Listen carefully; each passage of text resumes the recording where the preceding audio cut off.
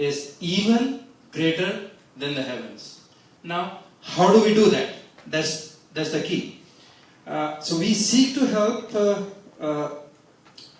India to meet the challenges by advancing an accurate picture of India and Indian diaspora, their achievements, contribution to world civilization, and the global family. Because, after all, we are the original proponents of Vasudhaiva Kutumbakam. FISA also educates the policymakers. Without them, we can't do much, at least here in USA. And leaders in the respective countries, so USA and other countries, UK, Australia, to help them understand the issues concerning India and the resident Indian diaspora there. We also foster close cultural and personal ties and links among Indians abroad, the residents of those countries, those adopted homelands where we are today, and the people of India. And finally, FISE is delighted, absolutely delighted, to facilitate this INDIC activity and INDIC Book Club. Welcome you all. I tried to look the other way when Achaleshi talked about keyboard warriors, because I thought I was one. Because that's what we do. But anyway, we do try to do a lot more, but yes. I will now go on to introduce INDIC Academy, which is getting launched here in Western Hemisphere today. They have a lot of chapters in India. But today, this is the first time it's getting introduced in United States and in Houston. The INDIC Academy was founded in 2015 with the two objectives of nourishing and nurturing scholarship in Indology and to groom public intellectuals in developing a dharmic narrative. INDIC Book Club is a global, multi-city, horizontal network of academics, authors, artists, and activists nurtured by INDIC Academy. INDIC Academy's mission is to preserve, protect, and promote Indic civilizational identity, thoughts, and values. It pursues a threefold strategy of transforming thinkers, nurturing networks, and promoting platforms, like we're doing right now. I'm now going to call upon my... He doesn't like the word comrade, but I like to call him comrade. He says he does not have anything red in him other than the blood. But I call him comrade, my friend in arms, my co-conspirator at Mind Makers, Pramod Guravalli. And would you like to introduce IBC to us? And also if you can get Hariji on the... When she says co-conspirators, it almost looks like we are conspiracy theorists. We are not.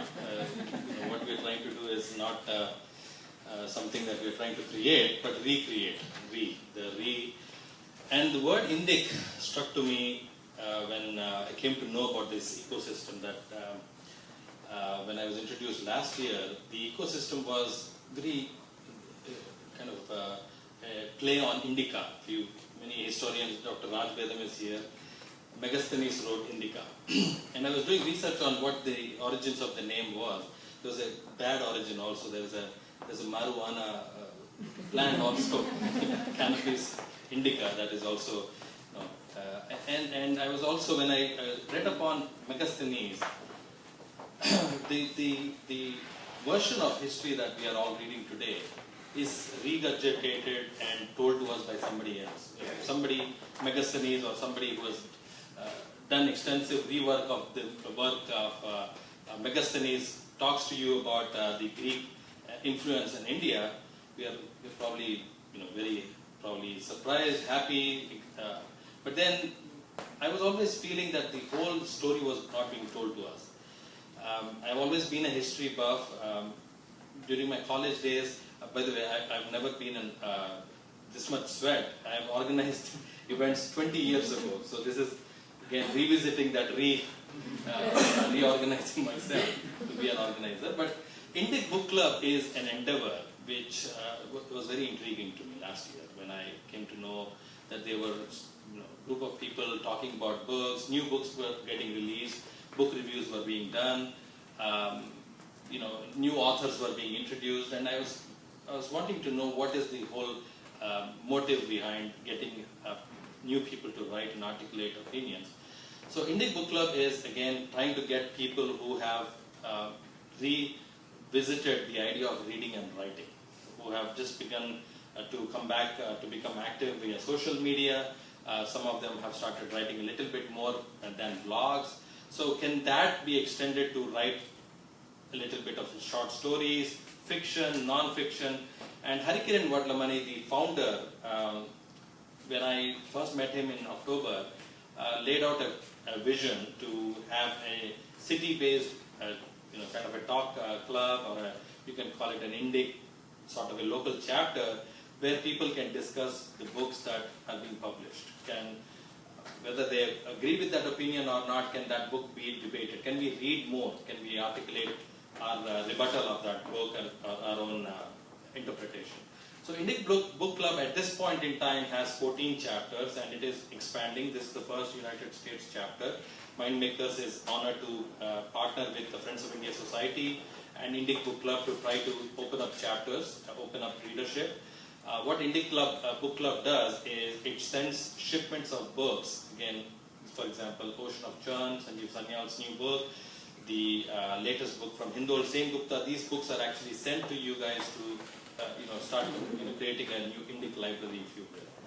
I'm going to be bringing in Harikiranji via Skype to kind of explain what his mission is. There are three things that he's working on. One is the Dvaita Academy, which is to train people who are in the traditional knowledge dissemination, and they are the ones who are actually involved on a day-to-day basis in taking the knowledge forward, like priests or people who are learning Sanskrit and trying to connect them with opportunities across the globe. So a teacher is required in Japan, a teacher is required in Germany, who knows. So there's that connectivity. This is the new, as Harikiranji often says, this is the new outsourcing model. We are going to get these people off to be introduced to these opportunities. Then the Indic Academy, of which Indic Book Club is a part, Rajiv Vermaji is expanding that to include talks on human rights, talks on ecology, talks on so many different subjects that are already there, that were part of our culture, that we could probably revisit and dig out some of the content that we've already had. So I'm going to bring him in shortly. The way Mindmakers is going to collaborate with Indic Book Club is that we want, obviously as a platform for writers, platforms Nandaji deals with many articles that we get on a day-to-day basis, but the art of writing is dying down. People have stopped writing. Letters are gone out of contention. Nobody writes letters these days. So we're trying to see if people can become more expressive and start looking inwards. So thank you so much for showing up on a Sunday evening. I'm going to bring him in shortly. Yes. As he said, the art of writing is dying. Art of reading is also dying. Everything is about 140 characters, and You should know. I should know. You have 50,000 followers. But anytime when I get a writing sample, or if somebody is wanting to write or something, and if they send me a message and it's spelled as, this is spelled as DIS and that is spelled as DAT, I put it in a folder and I never look back at it, and they never sing. So that's what has happened to our reading skills, that's what has happened to our writing skills, and through these we are trying to revisit probably our reading and writing skills as well. While we are waiting for Skype technology again to come up, I just want to say a few things, and then I will formally introduce Dr. Jain. When I heard about this, ecology and dharma, and the two of them intertwined together, and then one hears of environmentalism a lot these days, and then I was thinking about something that I work very closely with, feminism, and then somebody asks me, how do you feel about feminism? And I look at myself and I think, I was raised in Indic traditions, I really don't have a need for feminism. So I'm just giving you an example of that. We're not going to talk about feminism today. So all the men in the, need not be worried. But all I'm saying is that, I'm just trying to connect it here. So I tell them I was raised in Indic ethos. I don't see a need for feminism. But if you're talking about women empowerment, yes, that should travel from east to west. That does not need to come from anywhere else. I mean, I could tell you a thing or two about, or my grandmother will tell you a thing or two about women empowerment. So, something like this is what has happened to environmentalism also. I personally have a lot of problem with all these isms, as you will see as we keep talking about. But then that's for Dr. Jain to talk about. And I will formally introduce him now. Are we getting, should I go ahead? He's waiting, so we can conference him. You can conference him in, because I want to introduce him and then he can start right away. So if you want to conference him in, then we're conferencing Hari Kiran Vadlamaniji. He is the founder of Indic Club. And he will, is he in Delhi or Singapore at the moment? He travels between Delhi and Singapore so often that it's hard to find out where he is.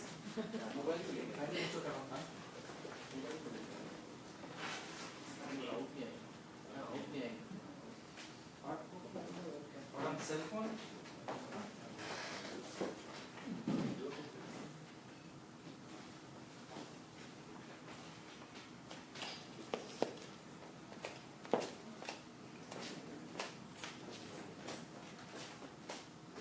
I think we need 5 more minutes. 5 more minutes? Okay, that's no problem. And then we can get started.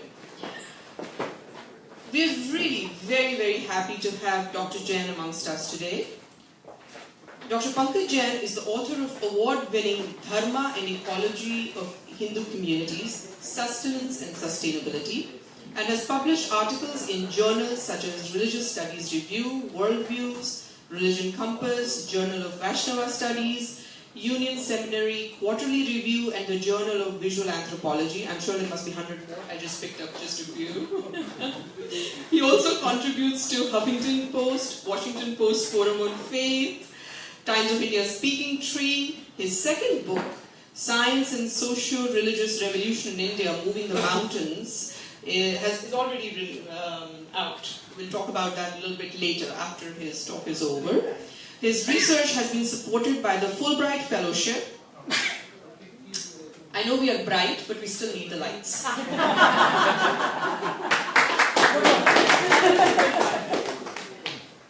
Okay, one no, because there are so much mechanism here, so just to understand what it is. So I think this one is Thank you.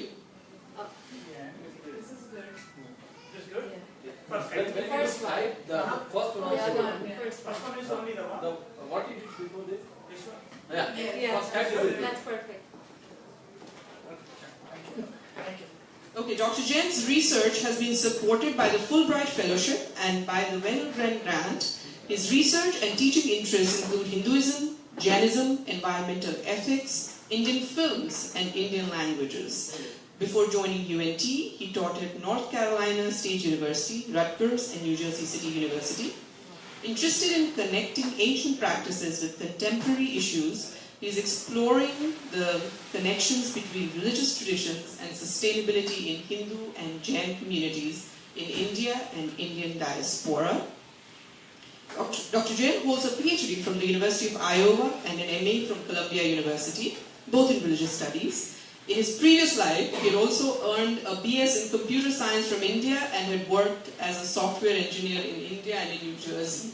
You are probably the only one who has made that journey from engineering to religious studies. We'll talk about it. I intend to ask him a question about that later. Dr. Jain is an active member of several academic and community organizations, is fluent in several Indian languages, and has even published poems in Hindi. He was born in Rajasthan and has also lived in Ahmedabad, Mumbai, Hyderabad, and Karnataka, and in New Jersey, Iowa, North Carolina, and now we are glad that he lives in Texas, very close to where we are. Dr. Jain, we are delighted to have you here, and if you could go ahead and start talking about your first book. Are we, is Hari Kiranji ready? Oh no, he's ready, but we're just trying to... Oh, we are not ready. We are not ready. So we'll just wait for a few minutes and then we can get started. Technology is good only if it works. Yeah, true. If it doesn't work, then technology is no good. Very true.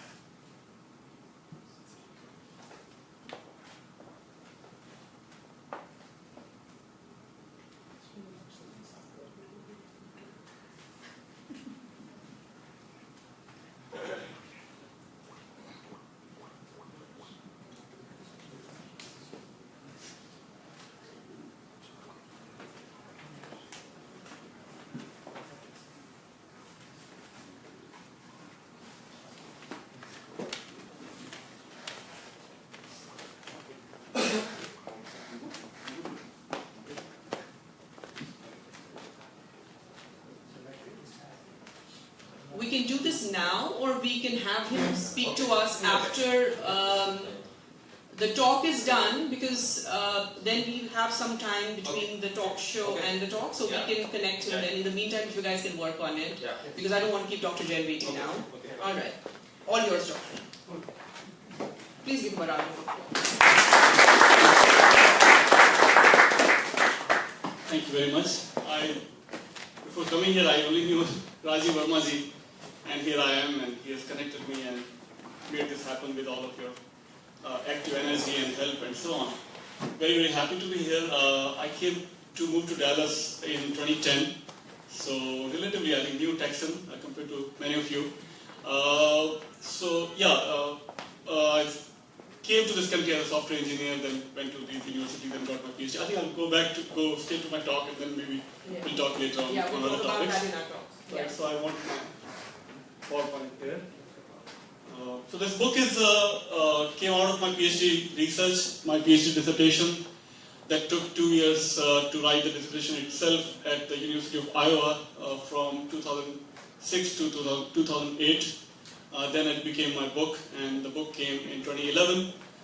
Book won a couple of awards, and I'm very happy to share that I was talking to somebody else that so 6 years have passed, so I'm kind of revisiting my first book, a lot of as you said, and as I was revisiting my own book, there is a website called worldcat.org where you can find any book in the world. You can find out which all libraries have that book.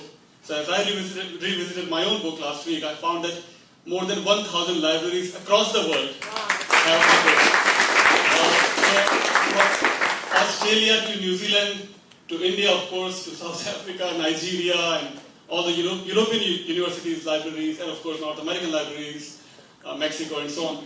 Anywhere, any course that is taught, now this is my guess because all of these libraries have it, which means that within the field of religious studies, that religion and ecology emerged as a new field of study and research.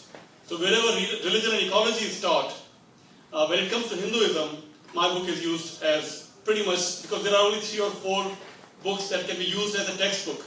And since my book's title is pretty generic, Dharma and Ecology of Hindu Communities, so it's pretty much is used as a prerequisite or kind of a textbook for undergrad or grad courses on religion and ecology. When it comes to Hinduism, this is the book that they will use, and a couple of other books.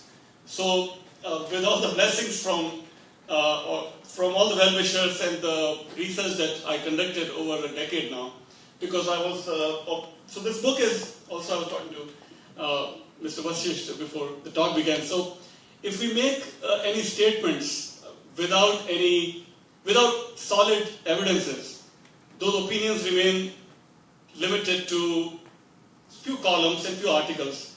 But if we want our thoughts to enter the textbooks and libraries and academic books, we need to base whatever we say based on evidences, solid evidences.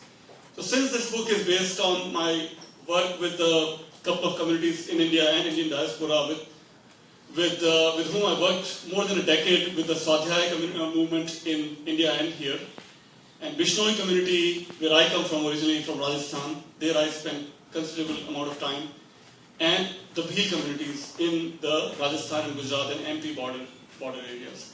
So when you make any statement, I'm going to make a lot of statements now, right? But all of those statements are based on my empirical research, my anthropological research, where I actually went into each village of these communities spread across thousands of miles in Rajasthan and Gujarat and MP and here. Then those opinions or statements have really solid ground. And that's how we need to really invest considerable amount of our time and our life to this serious study. Even though with the science and computer science undergrad that I had from India, but now that I did this research, now this has some value. All I'm saying is that we have a lot of these questions we'll probably get into later, but so let's get into the real material of the research that I collected. Alright, so this is the story of two movements or communities or sampradayas or andolan, you can use any word.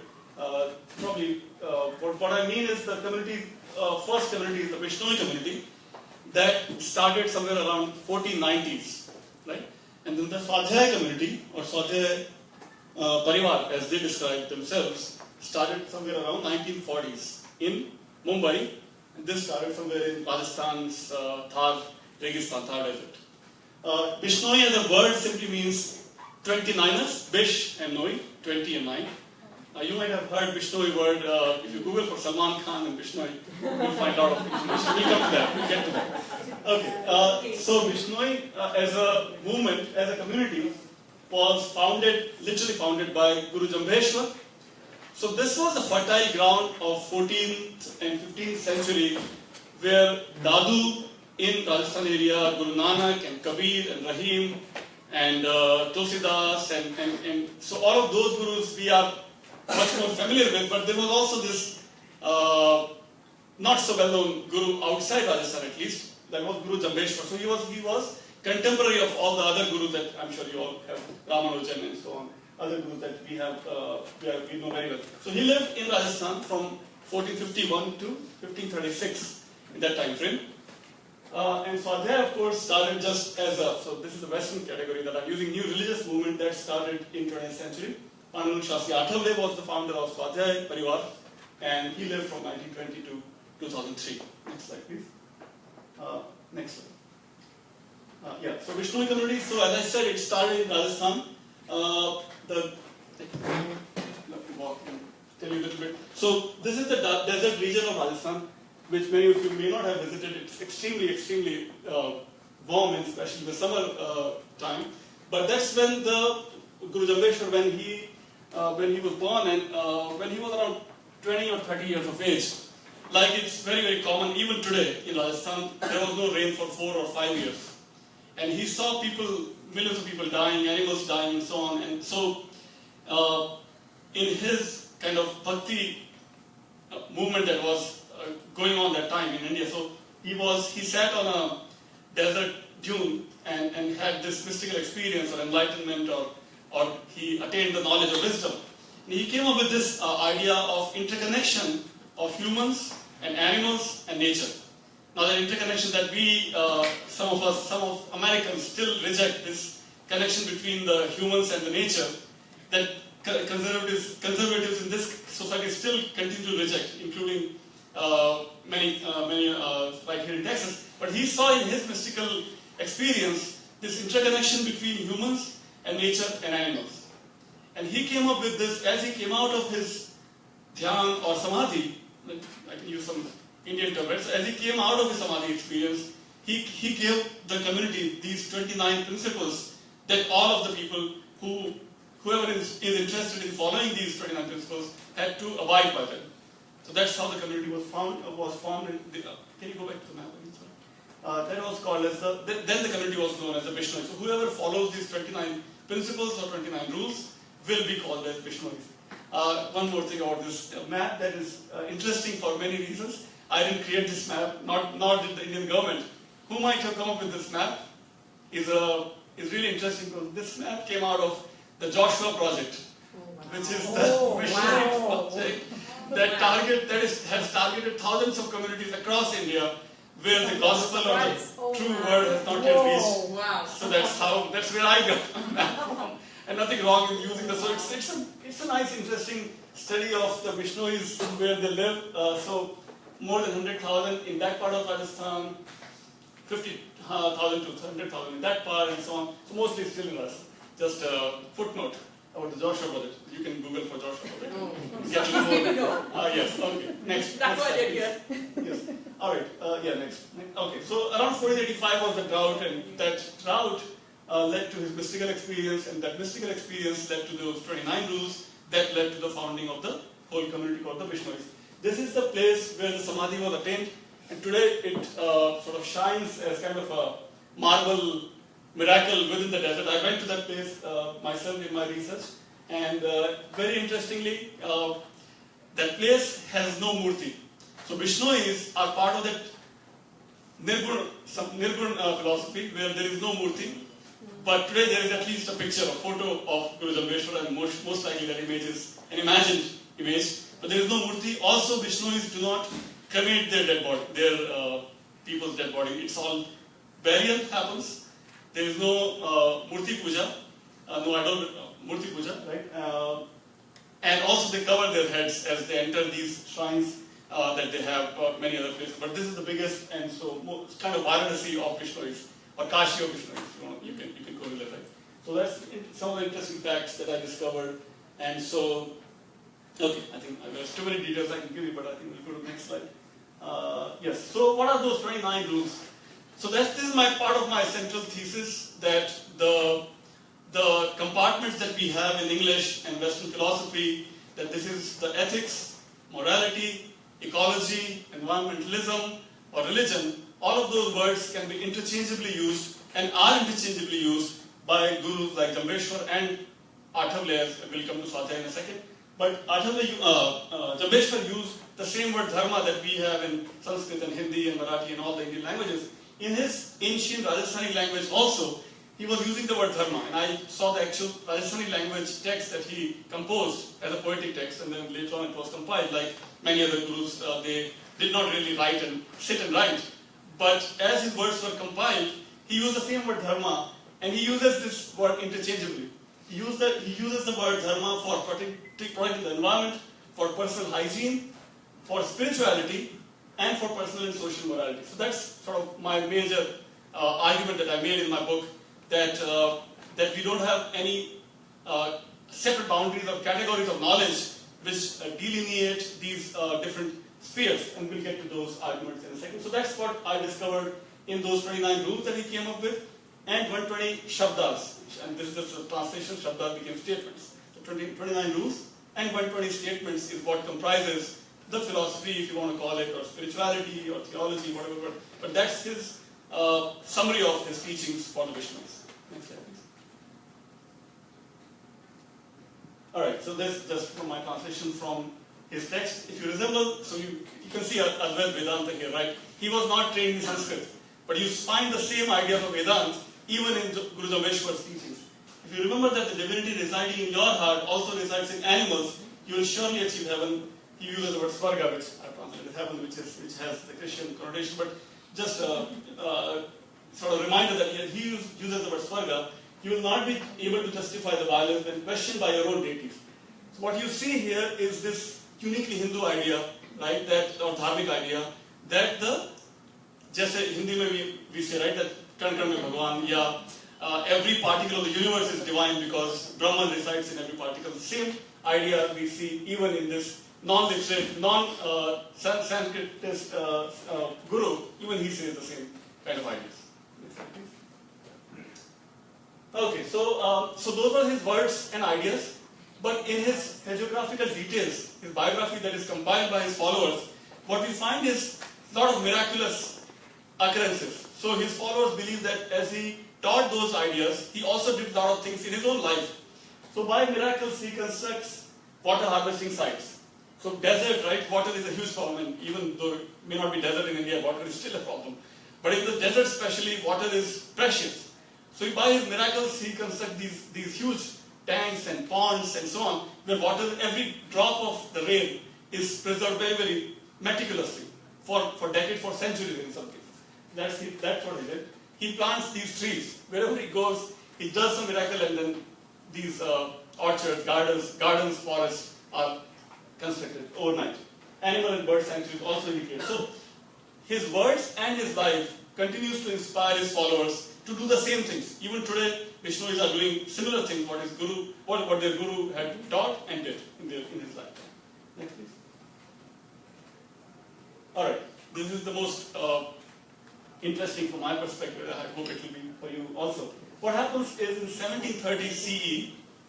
Now there is no historical record of this occurrence ever anywhere.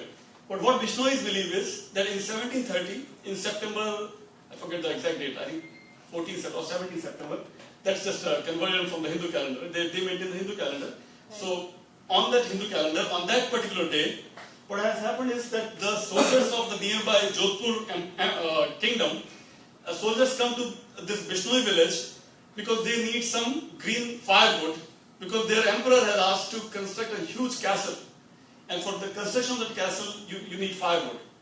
So they know that if at all in that desert, if they can find that firewood, it will be the Bishnoi village.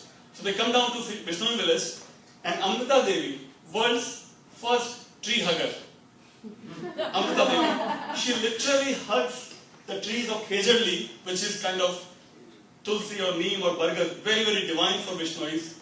So she does not let go of that Khejurli tree. And she gets killed, literally gets killed. There is no evidence again, there is no historical evidence. But this is the public memory of the Bishnois, where they think that Amrita Devi and with her more than 362 more Bishnois, men, women and children, died on the spot as they were saving the Khejurli tree. So when the flyer was made for this talk today, I saw that Rajivji, probably most of you made that flyer, that you connected the whole modern environmental movement is supposed to be in America. People think that it started with Sierra Club or other places. So, but even the word tree hugger comes from Chipko Andolan of Uttarakhand. Chipko Andolan took the idea from Bishnois. People have heard about Chipko and Sundarlal Bahuguna and Vandana Shiva probably, but very little is known about Amrita Devi. Chipko Andolan was also actually started by, we're talking feminism. Here is the Indian idea of feminism. Chipko Andolan was actually led by Gaura Devi. We don't hear Gaura Devi's name. We hear Sundarlal Bahuguna and Chandi Prasad Bhatt and Vandana Shiva. Those who are in this field of study. Gaura Devi was the first, in modern India, first environmentalist, a woman. But long before Gaura Devi, we have Amrita Devi, which is even less known. So that's considered by the established scholars of this field. Take this as my contribution to the field, that Amrita Devi we learnt from my research, from Pankaj's book, Pankaj's research. We had heard vaguely that Bishnois were there living somewhere in Rajasthan, but the detailed ethnography, detailed translation of Guru Jambeshwar's words, detailed historical analysis of their entire tradition is done in my book. So this is the excellent example of the first tree-hugging event that happened in anywhere in the world. That was Amrita Devi. Now that one incident, without any historical evidence, but today finds its place in one of the children's book. If you go and search for this book on Amazon.com, it's written by some American author. The whole book is based on Amrita Devi. So it is now slowly reaching even the children's literature in this country. So how ideas are now, spreading across the world. So that's the same girl, Amrita Devi, same woman, Amrita Devi, and I mean her Khejurli is drawn. Not correctly, Khejurli is not. It looks more like bad name to me. Khejurli is very, very different, and but it has every part of Khejurli is very, very useful for Vishnui. So they save it with full reverence and full enthusiasm. All right. Okay, now Salman Khan takes So in early 1990s, when Hum Saath Saath Hain film was being shot in Rajasthan, the film is based in Rajasthan, right? And if you have seen Hum Saath Saath Hain, if you recall some scenes, you'll see that the wedding scenes and so many things are shot in Rajasthan. So film was being shot in Rajasthan. In their leisure time, Saif Ali Khan, Salman Khan, Taboo and Neelam, they went out hunting. And probably even they knew if they can find any wildlife, it will be Bishnoi villages. Because Bishnois really save, protect and preserve their trees and their animals with full reverence. So they find these blackbucks. Blackbucks are the most beautiful species of deer with some black spots and really beautiful horns and so on. So they actually shoot that chinkara, right, a blackbird. And Bishnois rush to the spot and catch Salman Khan and they give it to the police. And the lawsuit is still going on apparently. He keeps getting buried, right? But they keep catching him. and Salman Khan is still under this lawsuit. So so Bishnois, what they did to Salman Khan again is a bit well known in Indian media. But Salman Khan is just one of the examples out of hundreds of such examples where Bishnois have been catching the British, the other invaders and poachers and hunters, whoever comes in their villages, whenever they even hear a trace of a gunshot, they will rush to the spot, catch the hunter. They are vegetarians. Bishnois themselves are pure vegetarians. I don't think they have firearms and so on, but they will still rush to the spot, catch the hunters and give it to the authorities and stop these hunting and poaching activities in their villages. So that's the second image is of a father who has just lost his son to some other hunter or poacher. He's very proudly saying that if that has happened, that is fine, but I'm very proud of my son because he has saved some other animals in his village. Third image is award-winning photograph of a Bishnoi woman who is nurturing her own child and a deer with the same love and reverence. So this is the kind of life Bishnois still are very actively pursuing in their villages. Then the Amrita Devi Award was established by Indian government, probably even before Vajpayee government. And the Amrita Devi Award is named after Amrita Devi, the first tree hugger of the world. So the award is named after Bishnois, and the award is given to mostly to Bishnoi people because they are at the forefront of doing what the award is meant for, right? To save and to protect and preserve the wildlife and trees. Okay, now comes the second movement, which is the Swadhyay Parivar. Swadhyay actually started by a Maharashtrian person, Pandurang Shastri Athavale, in Mumbai. He was born in Roha. His father had been running a Bhagavad Gita Pathshala in Mumbai. He established it late or early 20th century. And then he had some kind of some physical condition, so he stopped preaching, and his young son Pandurang takes over the Bhagavad Gita Pathshala at the age of 22. And he starts giving pravachana discourses like traditional gurus have been doing for thousands of years in our motherland. He speaks on Bhagavad Gita, Vedas, and Upanishads, and so on. Then he goes, Pandurang Shastri Athavale, he goes to some interfaith conference in Japan somewhere in early 1950s. In Japan, he is challenged by Western scholars that you talk of this greatness of Bhagavad Gita and so on. Is any village in India actually living by the principles of the Bhagavad Gita? So that provokes him spiritually, in a sense. And he comes back from the Japan's conference, and he takes up this mission in his life to rebuild Indian villages on actually the principles of the Bhagavad Gita. So he continues to preach at Mumbai at this Bhagavad Gita Pathshala. Tattva-gyan Bhagavad Gita Pathshala, yes. And then he founds this new Vidyapeeth called the Tattva-gyan Vidyapeeth, which becomes the traditional Tapovan style of college where students can live and study with the Guru. And his followers, his early listeners, take this as a mission to spread the word of the Bhagavad Gita and make sure that villagers are actually living by the principles of the Bhagavad Gita. So the work starts theoretically, philosophically in Mumbai, but his followers take up this message to far and remote places all across the coastal regions of Gujarat. So Gujarat becomes this fertile ground of new on-the-ground experiments based on the Bhagavad Gita. We have a lot of missionaries across the world who take the word of our Bible and they go thousands of miles. We have communists taking up the words of Marx, Lenin himself, right? He took the word of Karl Marx, who was in London, and the first communist revolution that happens is in Russia, thousands of miles apart, because the words travel because of somebody's enthusiasm and energy. Something similar at a very small scale happened here. The words were being preached in Mumbai, but the actual revolution, spiritual revolution that happens is in Gujarat, in the coastal regions of Gujarat, in the villages of Gujarat, who are not even literate in Sanskrit again. But they take up these words of Bhagavad Gita, of divinity within us, and so on, and then thousands of villages start getting transformed in Gujarat without any influence of BJP or whatever. It's totally non-political, non-denominational, right? And those silent revolutions have been happening in Gujarat for last now almost 100 years.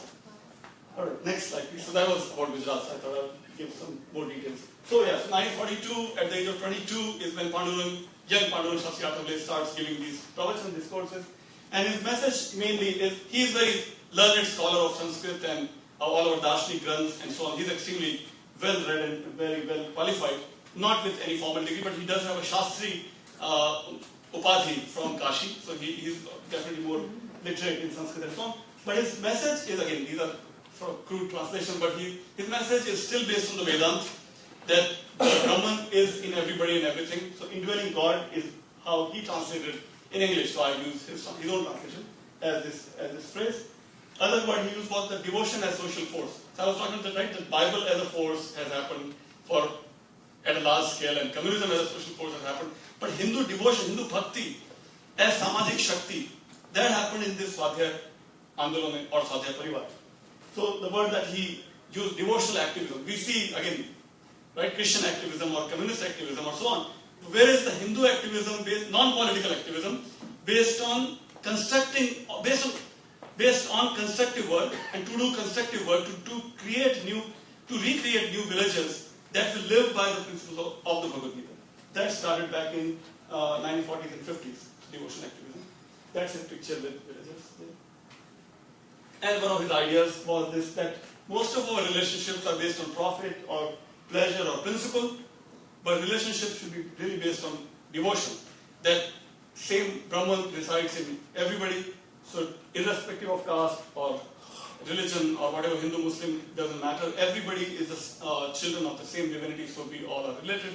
So that became this rallying force where villagers were united and they started living as a family.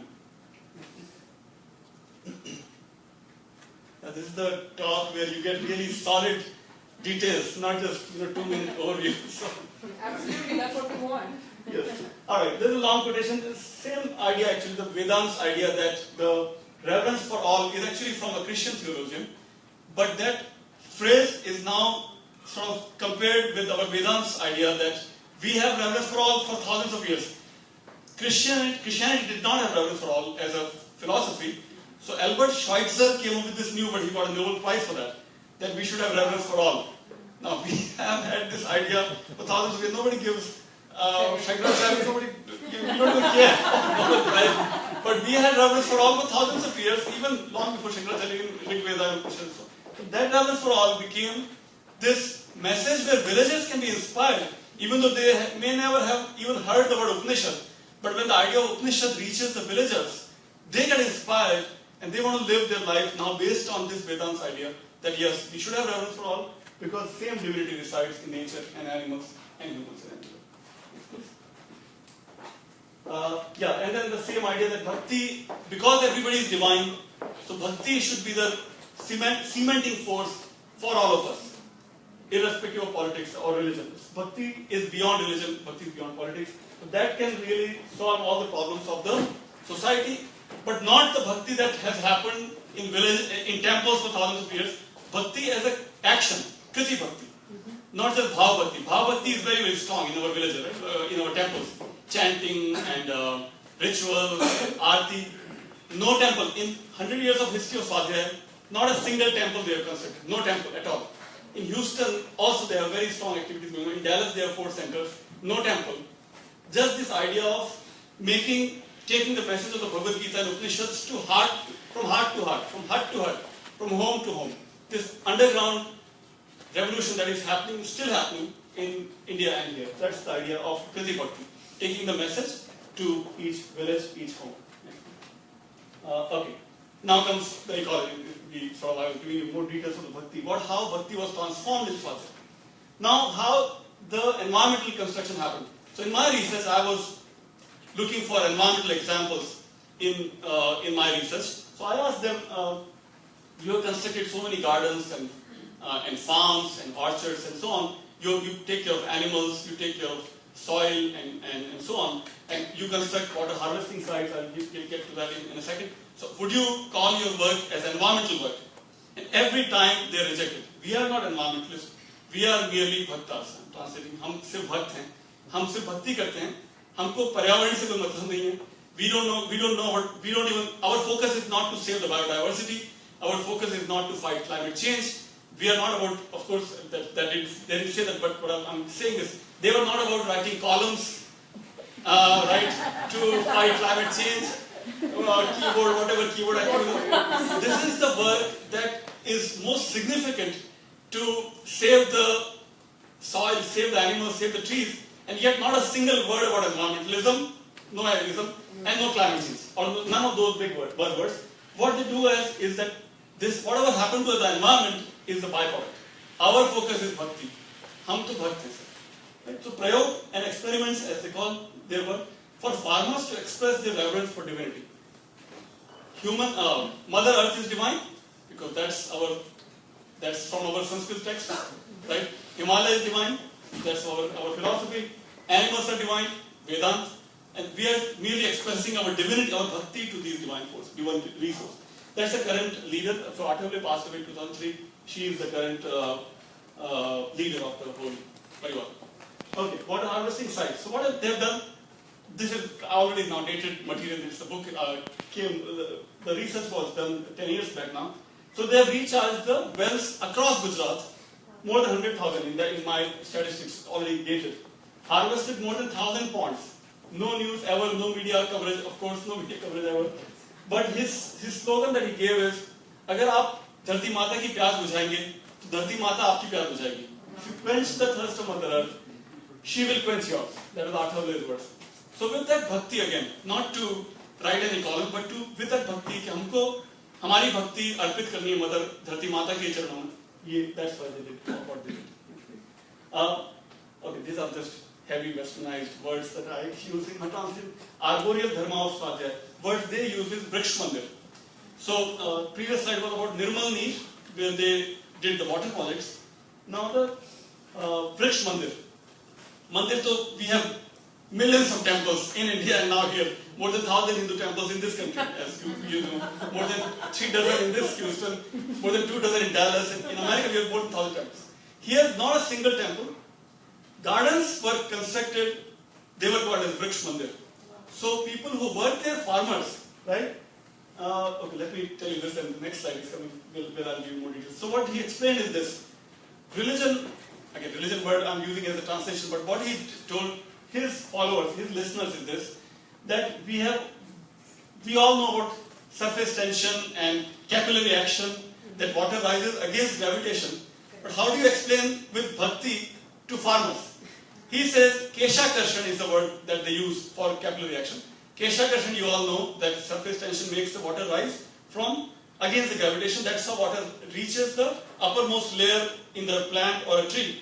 Right? You give the water in the roots, but water rises against the gravitation. That's how a plant grows.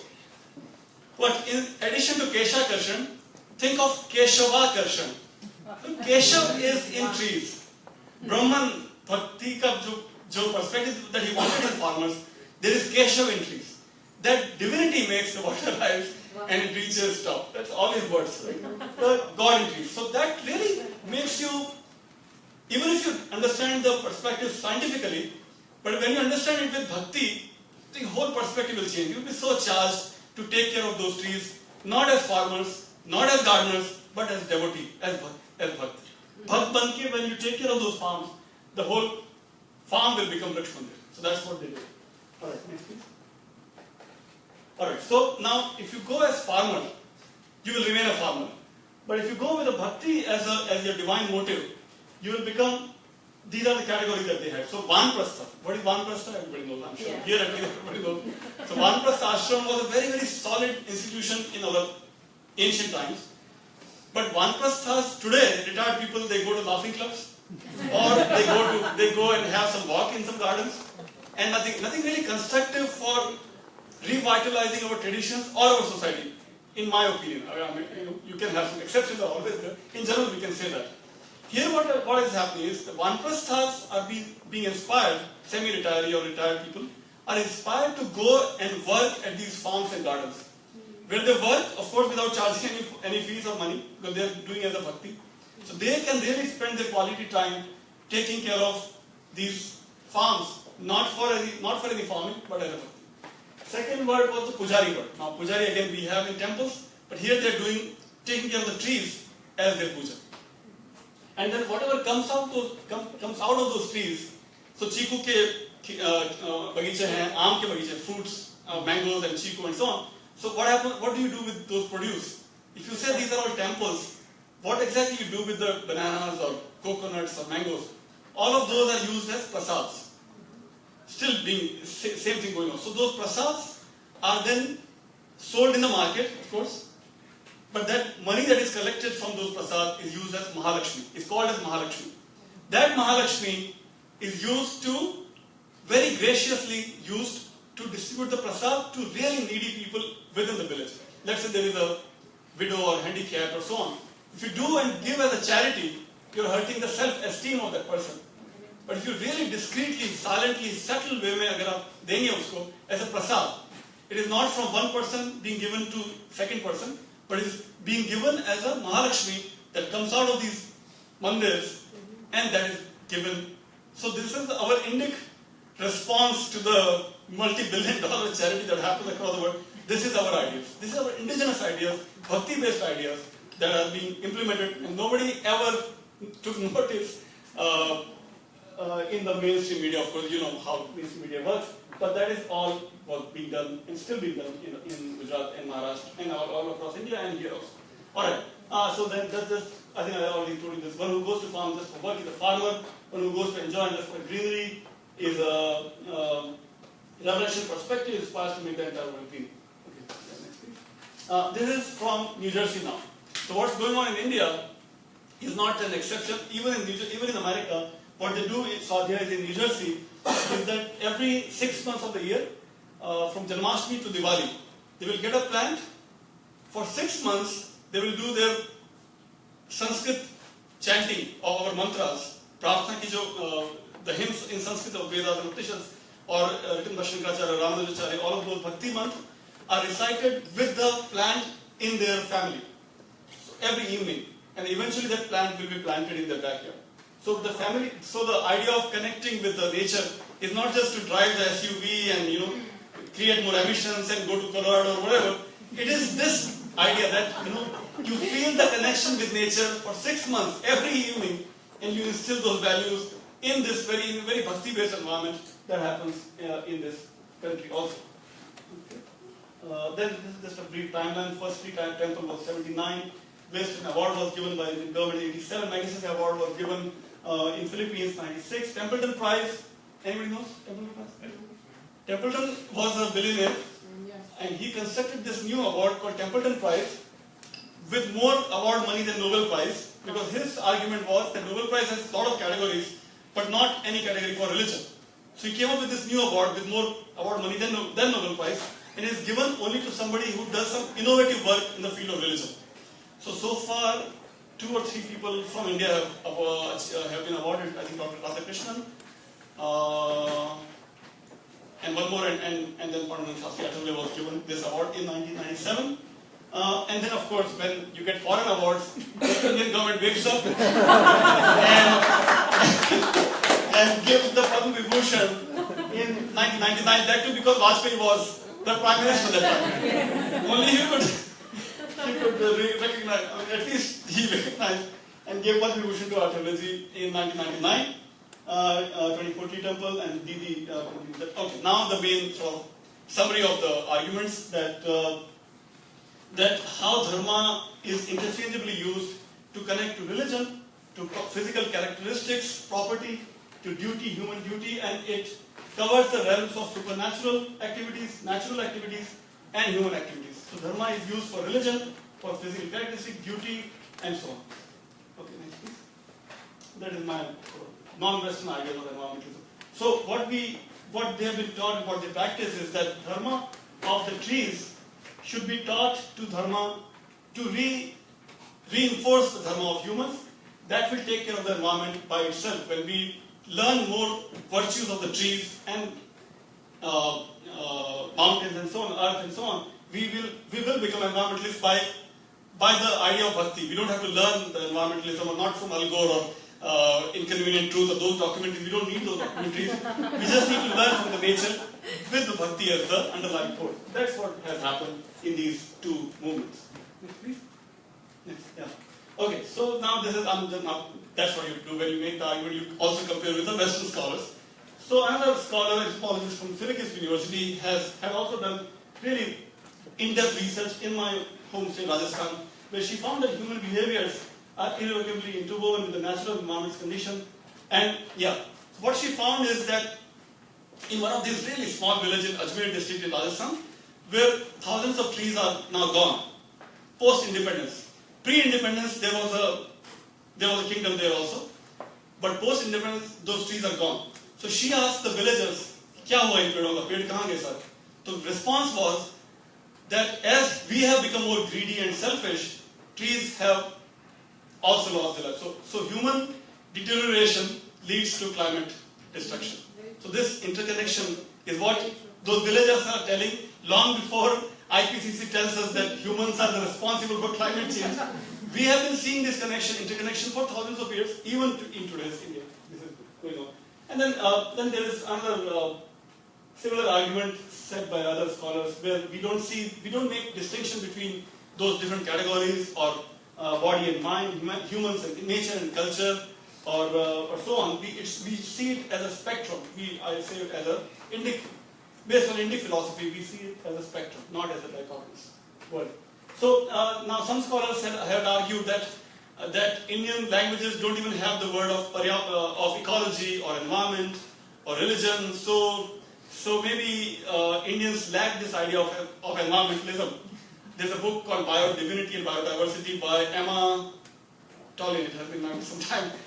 So she argued in her book that Indians cannot do environmentalism because they are so hungry for food. They don't have time or energy to do environmentalism, to become environmentalists. Wow. I wrote a scathing review of the book that was published, and then I'm quoting this another quote from another scholar in California, Vijay Nagaran. She quotes very nicely that these notions and beliefs and practices are embedded in cultural forms, particularly in religious and aesthetic practices and institutions.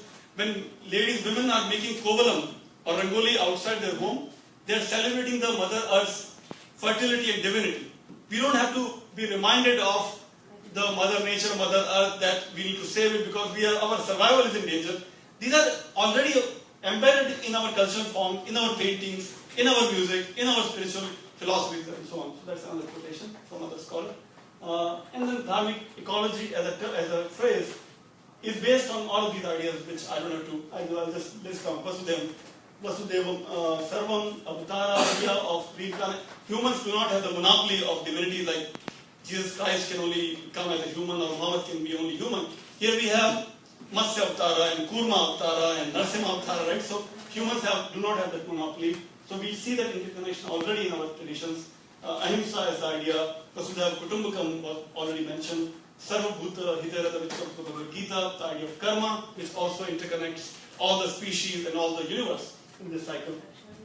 Other idea I think would be worth spending a minute. So natural resources are not just for upyog, sustainable usage. They are not just for upbhog, for consumption, but they are for upasana. From upbhog to upyog to upasana. This is Athavale's line, so I just really love that the way he sort of transcends these ideas of, which is kind of comparable to Gaia hypothesis, which comes from Greek philosophy. This I already mentioned to you. Land ethic from American scholar, and then this is my second book, which is, if we have time, we'll get into more of this. I think I should stop here. I took a lot of your time, but I thought I had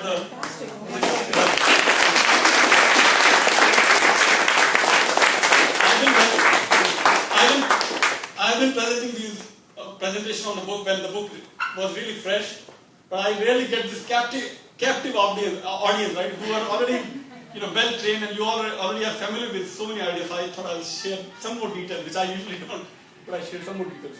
No, this was phenomenal. I learned a whole, new things out of this, and I'm sure that's true for everyone here.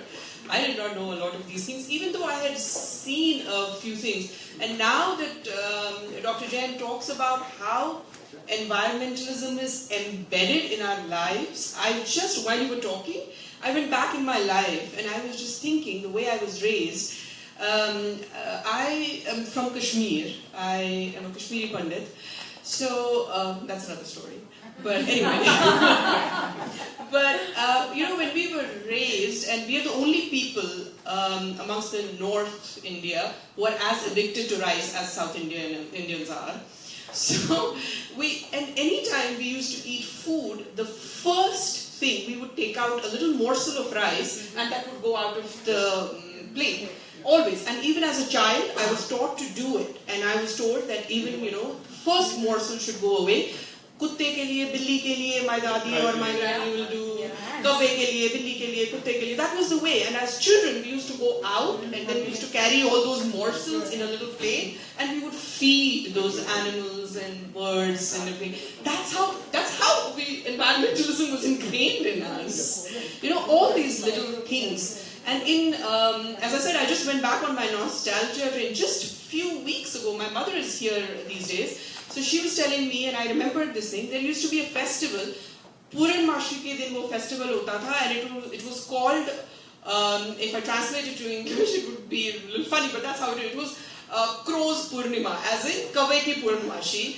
That was the day when you would actually take out food, and you would go, in Kashmir there were multi-storied homes. You would go on the top floor and you would leave the food out there and for crows to come, and apparently crows used to come and eat. So that is the way environmentalism and love for animals and flora and fauna is embedded in us, and I'm sure all of you must have thought this. Thank you so much. This has indeed been a very profound talk about this, and we can go into question answer here. There's some from people who are seeing it live also. Okay, and we can take those questions. We can take up those questions as well. Two or three of them. Sure, we can. We can start with. Actually, we'll start with one that's coming in online. Sachin Chitlange will ask on somebody's behalf. Okay, go ahead and please. So that's Sahana Singh Ji from Singapore. Thanks for enlightening examples of dharma leading to environmental preservation. Most of the examples you gave have been of water resources management. Can you also give examples of traditional methods used for water treatment and sanitation? And how was the purity of drinking water ensured? That is no contamination from human animal waste. How was water filtered? How was human waste disposed of and prevented from mixing with water used for drinking? And she's more into water, environmental, and all. That's why this is the question. We should thank Sahanaji for watching us from Singapore. Thank you so much. This environmental study is one field where it is not limited to scholars of religion or scholars of humanities, right? This is one field where we need geologists, geographers, philosophers, religion people, and humanities people, but also physicists, right? Chemical scientists. It's such a interdisciplinary field where we need the expertise of everybody, archaeologists and so on, historians and so on. What I know on this topic, what the question that was asked, is that this idea of sanitation and wastage itself has arisen, I think, because of the way we consume the natural resources. If we continue with this idea that the nature is unlimited for us to consume and destroy, then we will have to worry about the sanitation and so on. If the idea is, if you compare the size of garbage bag, that even today in today's America, I compare my own garbage bag with my neighbor's. I see that my garbage bag would be always probably 1/3 or 1/4 of my neighbor's. Why is that? We just do not like, if we are really true to the idea of the way our culture has evolved and culture has used these resources, the very idea of wastage and sanitation will not be that big of a problem that it is in today's Indian cities. Of course, yes, it is a huge problem. We know that how Indian cities are becoming like hell, right? Because of that way, the whole philosophy has not been really studied and practiced by us. But what we did traditionally, if we ask, right, traditionally what we have been doing is that we use coal and sand to purify water. If you remember, I remember in my elementary school books written in Hindi, I went to Hindi medium school, where we learned how to purify water, not with zero B or ultraviolet rays or what we attach in our refrigerators in America. we had the ideas of coal and sand that can purify water, totally using renewable sources. That word came now. That's one. Second, the way we treated our waste was also, I think, the way we, now those ideas are coming back also, the idea of composting. All our waste, right, from sabji ke chilke ho ya fruits ke chilke, we can all naturally recycle them in our backyard. Farmers have been doing that for ages. Now those ideas are coming back. So that's one, another very traditional ideas, not just within India, I think, this composting has been happening, I think, across the world. So those are some of the ways we can, I think, do it. But it's a huge field, and I don't claim to be expert on every part of the environmental study. We need everybody. My entire childhood was to give the waste to Gaumata. There you go. Not the waste. Yeah. I will go to the audience and each one of you can ask question. But before that, I had a question actually. I was wondering that, we talk about that, sometimes we get a little smug and we say that we have no need for environmentalism. Look, we understand it. It is embedded. We know what it is. But at the same time, we cannot forget that the resources are getting depleted. We cannot forget that there is population increase so much. When all these ideas were happened, population was not as much as we see right now, the kind of population explosion that we see now. So there is really not enough resources. So the ideas that you gave were wonderful, but those probably worked only because there were a limited amount of people. When we, as the second most populated country in the world, does this still work? Is this still sustainable with the population as ours? That's my question. Yeah. Only these ideas can sustain us. If we want to, so the title of my talk was Cultures of Sustainability, Sustainability of Cultures. Cultures can be sustained only if we are really being sustainable in our consumption of the natural resource. That's the interconnection all about. Okay, I didn't tell you, but again, I can now get into that. The very word dharma comes from the Sanskrit root dhri. Dhri means to sustain. So idea of sustainability and sustenance is in the very term dharma. Dharma was first time used in the Rig Veda. Rig Veda, before dharma, the word used is rhythm. Rhythm means the cosmic, the rhythm word in English probably most likely came from rhythm in the Vedas. So this cosmic rhythm was seen by our ancestors when they were doing the Ashwamedha Yajna or so many Vaspaya Yajna, so many Yajna. In each Yajna or Yajna, they used to see that interconnection. If they are doing the rituals perfectly, the planetary motions, the cycles of the seasons will all be also in harmony. So that interconnection was celebrated in rhythm and in dharma, and then that is what has sustained us for these. We say right that all the prehistoric cultures and civilizations have all pretty much disappeared except China and India. What sustains us is, in my humble opinion, is this interconnection that we see because of our acceptance of diversity and divinity in every species. The way we see this interconnection is what has sustained us. That can only sustain us in future if we are really mindful of our consumption, if we are really mindful of not adopting the use and throw culture that we have learned bad habits from the Western economical models. That cannot sustain us for sure. Thank you. That's indeed wonderful. And I will now go to the audience, Mr. Raj Vedamji. I will have the mic be taken to you. If,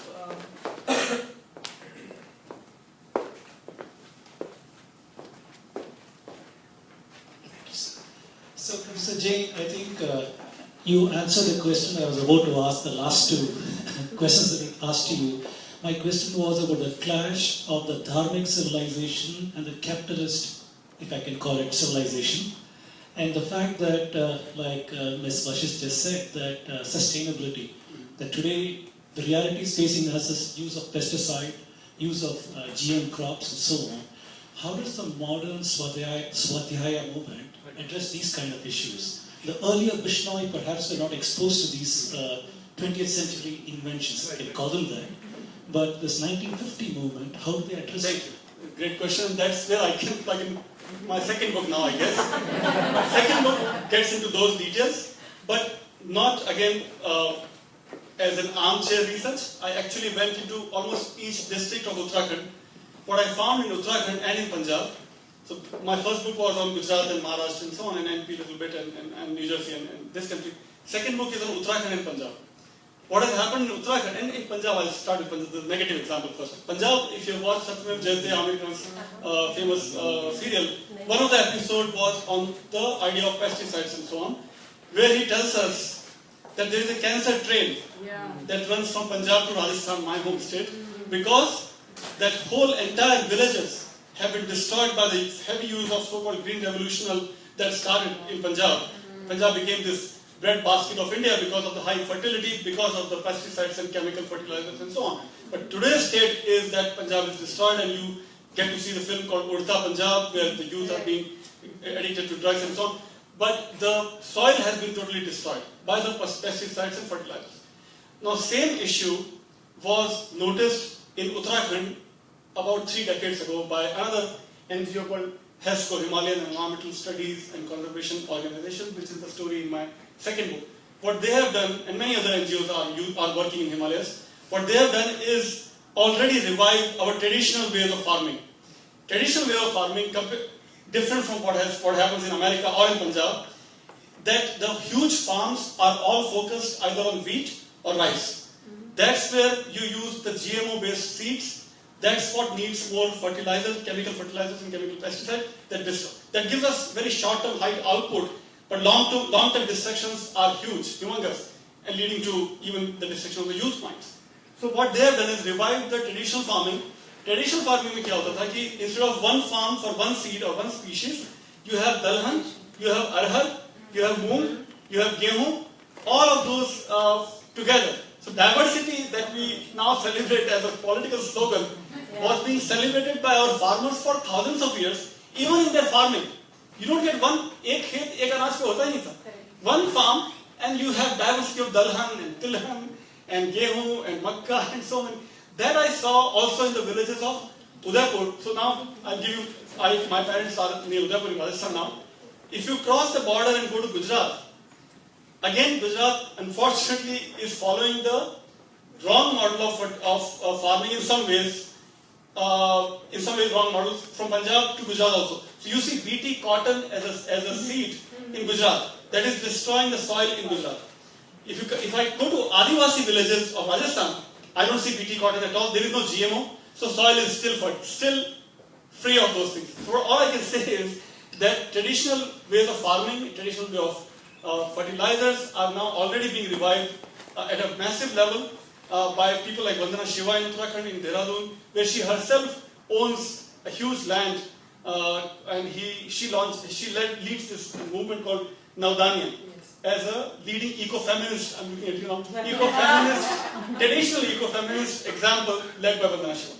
Vandana Shiva is seen as one of the biggest, if not the biggest, icon of feminism across the world. You go to YouTube and search for Vandana Shiva, you will be amazed by the reception she gets by thousands of American students. You hardly see any Indians there. Most of her people that follow her, that celebrate her work, are all American. So that's some of the ideas. But philosophically, what is the response of the Dharmic civilization to such a situation? Like you said that we're using lessons from the Gita for the Swadhyaya and Upega. So philosophically, how do we respond to GMOs and pesticides? Is it dharmic for us to use these things? Is there anything even talked about in any scholarly circles or even on the ground about these things? Right, I think these are contemporary issues. Yeah, so the way I connect, so I come from religion department, my degrees are in religion. What I'm studying in Uttarakhand is this work by NGO. So how I connect religion or dharma with what they are doing in Uttarakhand is this, that we never will be a strong word, but we usually, in our traditional texts and so on, our scientific discoveries, so-called, were all done by our rishis. Many of them, right? If not all. Our rishis were our scientists. Right? So we don't have to make this, again, a watertight compartment. This is science and this is religion. We don't give poison to Socrates. We don't kill Newton. We celebrate both together at the same time without creating these watertight compartments. So this is all part of the Dharmic civilization. What NGOs are doing is also part of the Dharmic civilization. I can also say that this tension against or our resistance to the Western model of agriculture was I think one of the first time it was done at a really very powerful level was by in the book, very very short book, you can search for a PDF in a second, called the Hind Swaraj by Mahatma Gandhi. First book that he wrote in a very very, it's like 10 pages of PDF you can find online. Read that. In that he creates imaginary debater, and he's debating, Gandhi is debating with this debater, imaginary.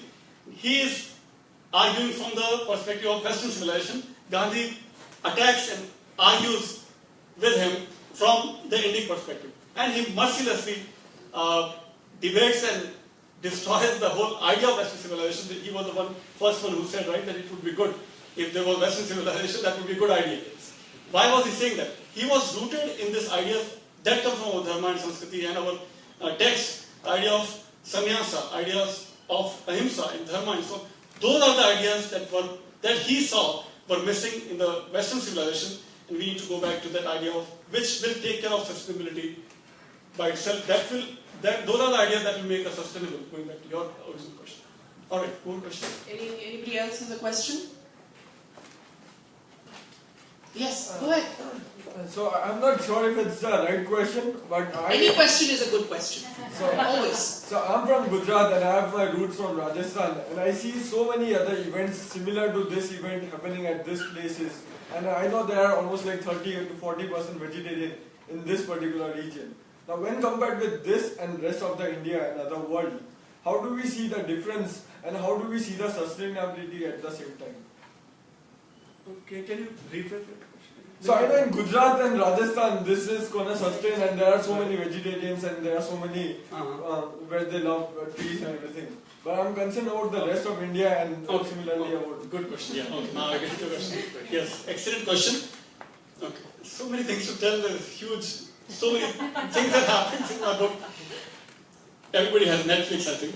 Yeah. Go to Netflix, search for this film called Cowspiracy. We have seen that. Some of you have seen, okay, oh, good. So you see that film. This is a huge movement within America. Cowspiracy film was made by a filmmaking company called Om Films. Om. Most likely that filmmaker is at least inspired by some Hinduism or some Buddhism. Probably not Jainism. Jainism is not that well known.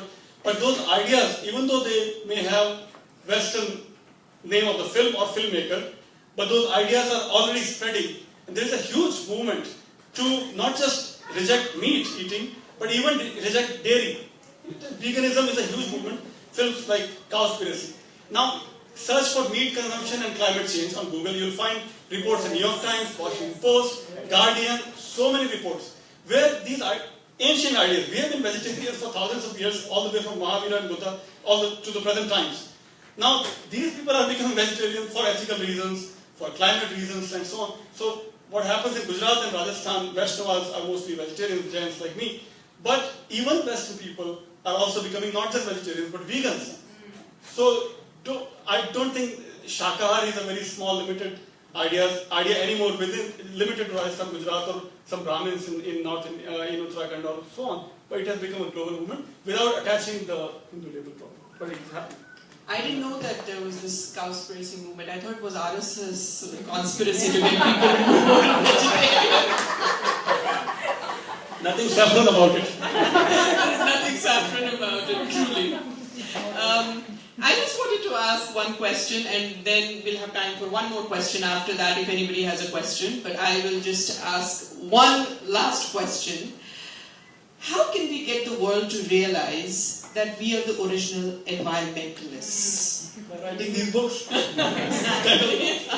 And by educating ourselves and our kids. We have to show them the films like Cowspiracy, films like, there are any films always have some disagreements, but films like documentaries that are seriously done on film. I was telling Mr. Vashish this film called Wildest India, where the filmmaker has gone into remote villages of Rajasthan and Arunachal Pradesh and Karwar. There's a place in Karnataka, Sahyadri Mountains, Karwar and Jammu and Kashmir, where this is just the tip of the iceberg. There are thousands of such examples still hidden in India, where I would love to get another grant and go and write my third book, fourth book, and keep discovering, keep spreading these gems that we have to learn and we have to share among the world. There's so many things, Wonderful. so many things. One thought that you would, just one thought that if you really go away from here, one thought that you should take away from here is what Dr. Jain said in the very beginning, and I thought that was very profound what he said. He said, when you make statements without any evidence, then it is just a tweet or a Facebook post, and that has very limited shelf life, and that will go away. But if we want our ideas to go out, and if we want our ideas to sustain, because sustainability is the word here, then we need to have some evidence-based research. That is very important. I can't even, talk more about it, how much it is important that anytime we talk, anytime we go anywhere, we are armed with evidence. And we can tell people, and people like Dr. Jain help us, and these talks help us, because we can go around, thanks to his research, we can be all well equipped. Thank you so much, Dr. Jain. A round of applause for him. I still have to go home with my husband. He wanted to ask a question. That's okay. No, you still have to drive you home. You already asked some questions. So one thing that we talked about is that, you gave the example of Punjab, that perhaps it's the decline of the religious sentiment. Maybe that's one reason, like you said, you gave a previous example, that is leading to, practices which are not so good anymore, which are very private enterprise-based, commercial, profit-based and all that stuff. So what exactly in terms of activism is being done? You gave the example of HESCO, you gave the example of Swadhyay. So are there other movements happening on a broader scale that are kind of trying to revitalize, your recognition of perhaps what your past was, and going back to those practices for sustainability? Okay, great question, and I'm very happy to share that there is so when I started my study of Hinduism and ecology, the textbook that we use and still use is called Hinduism and Ecology, edited by Chris Chappell. In the preface of that book, Chris Chappell is my own teacher, my teacher in a way also. He was in my dissertation committee. He makes this statement: India is the home today of more than 1,000 NGOs solely focusing on environmental reconstruction and preservation. That was written in 1995. So we have, again, as I said, thousands and thousands of examples. We just have to go and look for them, and how people are doing at maybe at a small scale. But India is this now very, very fertile ground where people are really worried about their soil quality, their water quality, and so on. So people are really fighting to save them. Some are not purely from the dharmic perspective, I have to agree that. But there are a lot of things happening, and it's a very, very interesting place to study and learn more and take some more inspiration. There's always more scope for more, but there are definitely some examples, many examples.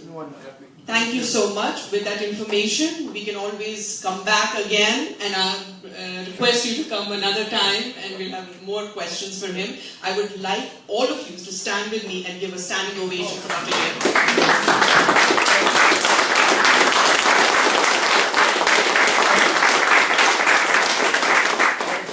Sunandaji, would this be an appropriate time for a group picture? Yes. So that we can let the people in USA know that on a Sunday evening,